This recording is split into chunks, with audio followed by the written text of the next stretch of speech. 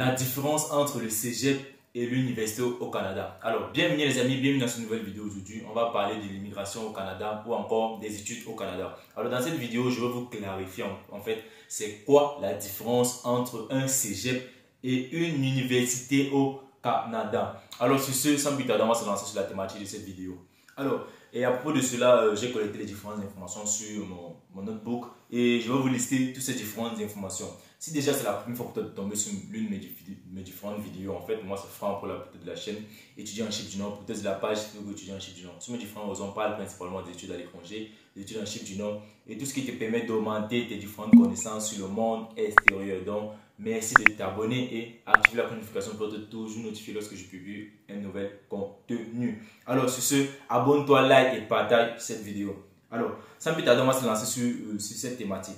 Déjà, ce que vous devez savoir, c'est qu'au Canada, en fait, il y a deux types d'institutions éducatives. Il y a des cégeps, il y a des universités. Alors, dans la partie des cégeps, il y a aussi deux types de cégeps. Il y a le cégep généraliste, il y a le cégep technique. Le cégep généraliste, c'est quoi? Le cégep généraliste, si je vais le renvoyer au système scolaire africain, c'est équivalent au probatoire. En fait, le probatoire, c'est la salle de première. Donc, le cégep 1, c'est la salle de première et le cégep 2, c'est la salle de terminale. C'est ça qu'on appelle le cégep généraliste.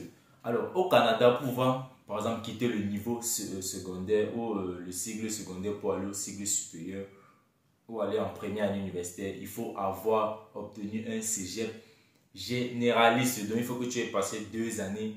Donc, cégep première année, cégep deuxième année.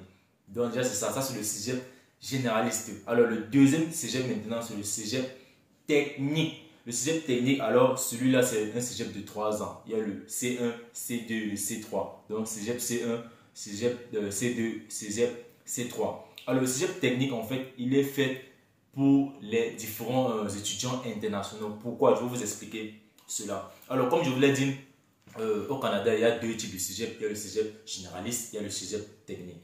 Maintenant, pour les différents immigrants, pour nous, les différents internationaux qui y vont au Canada, pouvoir peut-être étudier ou pouvoir travailler, sachez que le Canada a besoin d'une main-d'œuvre pour leur économie.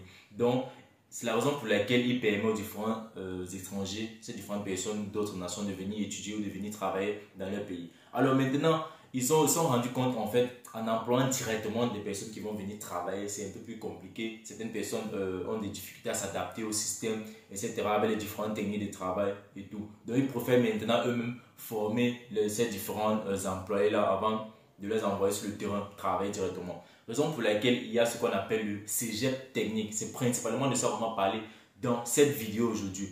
Alors, pour toi qui aimerais aller au Canada pour pouvoir travailler et que tu as un baccalauréat, lorsque tu vas postuler pour le Canada, tu ne peux pas postuler au cégep généraliste. Le cégep généraliste est principalement fait pour les Québécois ou encore pour les Canadiens.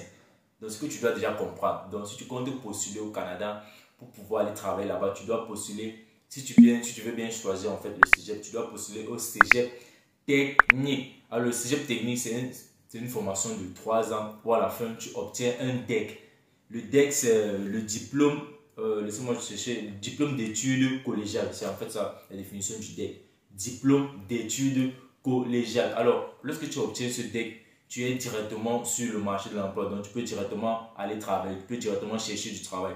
Alors maintenant, en fonction de ce DEC, en fonction de la filière que tu as à étudier durant ton cégep technique, et déjà, voici un petit conseil que j'aimerais vous donner. En fonction des différentes formations que vous devez choisir, référencez-vous aux différents métiers qui sont les plus demandés au Canada, ou bien les différents métiers où vous pouvez trouver du travail facilement. Un peu comme les cégeps en informatique, en économie, assistance, management, etc. Dans les différents métiers les plus recherchés, les plus demandés, où il y a plus de main-d'œuvre disponible. Donc, voici déjà la différence entre un cégep et une université. Alors, l'université au Canada, c'est 3 ans. Pour pouvoir entrer à l'université, il faut obtenir un baccalauréat, tu dois payer les frais scolaires et tout et tout. Donc, ça c'était en fait la différence entre un cégep et une université. L'université, tout le monde connaît c'est quoi l'université. Donc, cette vidéo était principalement basée sur le cégep. Alors, pour pouvoir entrer au cégep, quel diplôme il faut en fait? Quel diplôme faut-il pour pouvoir entrer au cégep? Pour pouvoir entrer au cégep, il faut juste un baccalauréat. Donc, lorsque tu as ton baccalauréat, tu fais une demande d'admission en fonction de la région, en fonction de l'université, bien sûr. Si vous voulez une vidéo à propos de cela, juste faites-moi savoir dans la partie commentaire. Je vais collecter les différentes informations à propos des différentes régions en fonction de ces différents cégeps.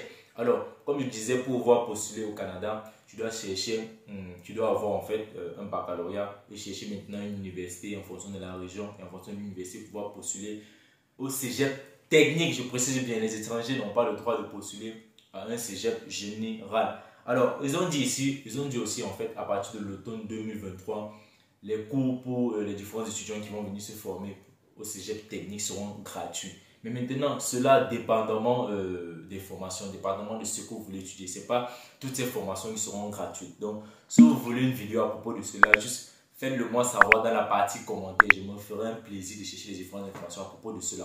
Alors, j'espère que vous avez aimé cette vidéo. J'espère que vous avez aimé ce contenu. J'espère que toutes les différentes informations dont je vous ai partagées dans cette vidéo vont vous être utiles. Alors moi c'est Franck pour la beauté de la chaîne Étudiantship du Nord. Merci d'avoir regardé cette vidéo jusqu'à la fin et surtout like-la et partage-la pour m'encourager à plus créer du contenu, à plus m'informer pour vous. Alors sur ce, je vous dis bye.